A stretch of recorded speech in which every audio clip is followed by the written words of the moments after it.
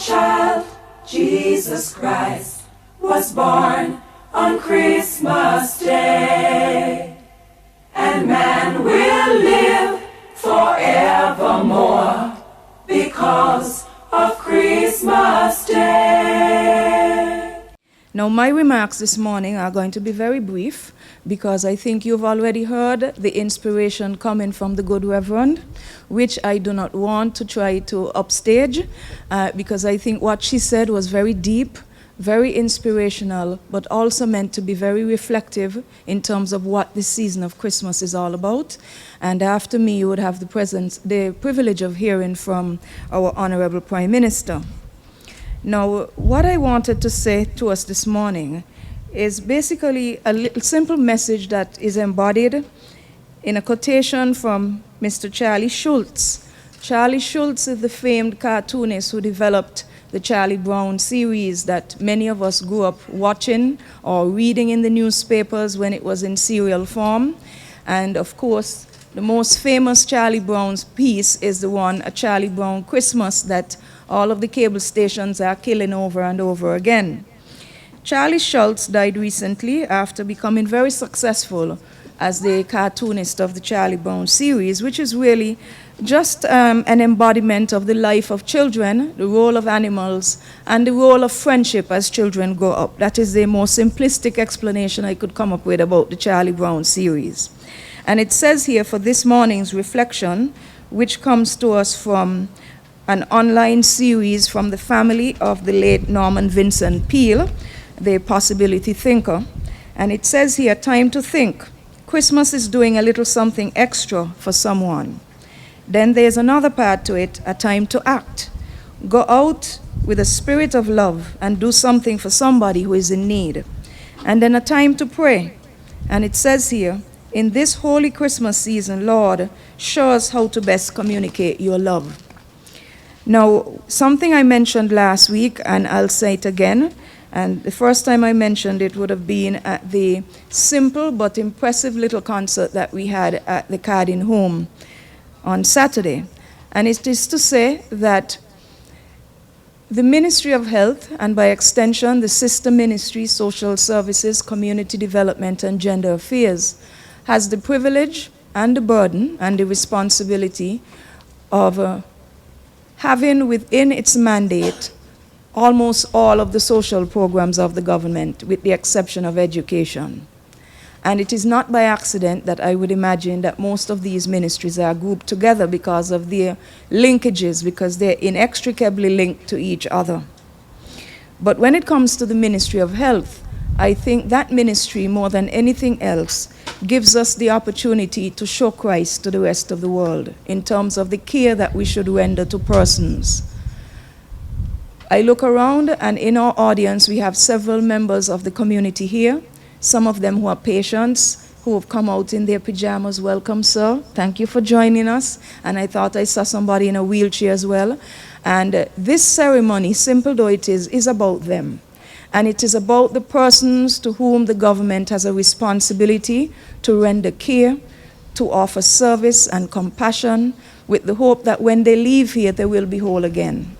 And I think this Christmas season reminds us of the need to do that and to show love to people and to recognize that at the end of it all, sometimes what you render in service to the Ministry of Health, whether you're the maid cleaning up after somebody else, you're the cook preparing a meal, a doctor or a nurse rendering care, or the pharmacist filling a prescription, what you might think is a simple job that you'd come in and day out, day after day and do, might be simple in your eyes, but maybe the way in which you render that job, the service that you carry out, might be the only opportunity for Christ that somebody sees. Because perhaps maybe it's only when they're in a place like this, the hospital or a health center, you get to see what compassion is all about. And by extension, I'm sure Matron could tell you, and some of your other nurses can tell you, that there are some patients for whom the hospital might be a revolving door. They come in and they go out, they come in and they go out. And having grown up in the health system myself, I'm convinced that some of these individuals, in their mind, they tell themselves they're sick, and so sooner or later it manifests in their body physically. But maybe it's places like these are the only places where they feel welcome, where they feel needed, where they feel cared for. And somehow it's a coming back to a place like this. So for us, we might consider them to be hypochondriacs and so forth, and figure something is always wrong with them or it's in their mind. But maybe this is home for them. And for the time that we have them here, it is our job to provide them with star treatment. And by that I mean you provide stellar service to all residents of the institutions as these people are here as patients. And it is against that mindset that I would like us for 2017 to raise the bar in terms of how we treat people, the efforts we make in terms of caring for them, the standards of care and delivery that we offer them, ever achieving, ever excelling to do better than we did yesterday. By extension, that was our old convent school motto. Andrew Skerritt would remember that tomorrow find us farther than today. And I think that is what we would really like to see. We started off this year on that footing in terms of what we would have done here, in terms of government's big investment in the refurbishment of Mary Charles. And when I reminisce on last year's concert, when we were all squeezed up at the top in the ambulance bay and praying to God, rain didn't come and the sun didn't bleach us, and you compare that to where we are now, 1 year later, after having moved into this refurbished, renewed edifice from August 31st of this year, I could say to God be the glory, as our Prime Minister likes to say. And it is service improvement and delivery such as what we have here with the refurbished Mary Charles that reminds us in terms of what the community deserves, what the community expects, and what the community should continue to expect in terms of the standard of care and delivery and concern as the Ministry of Health and by extension the government carries out its mandate of having top quality health care for the people of St. Kitts and Nevis.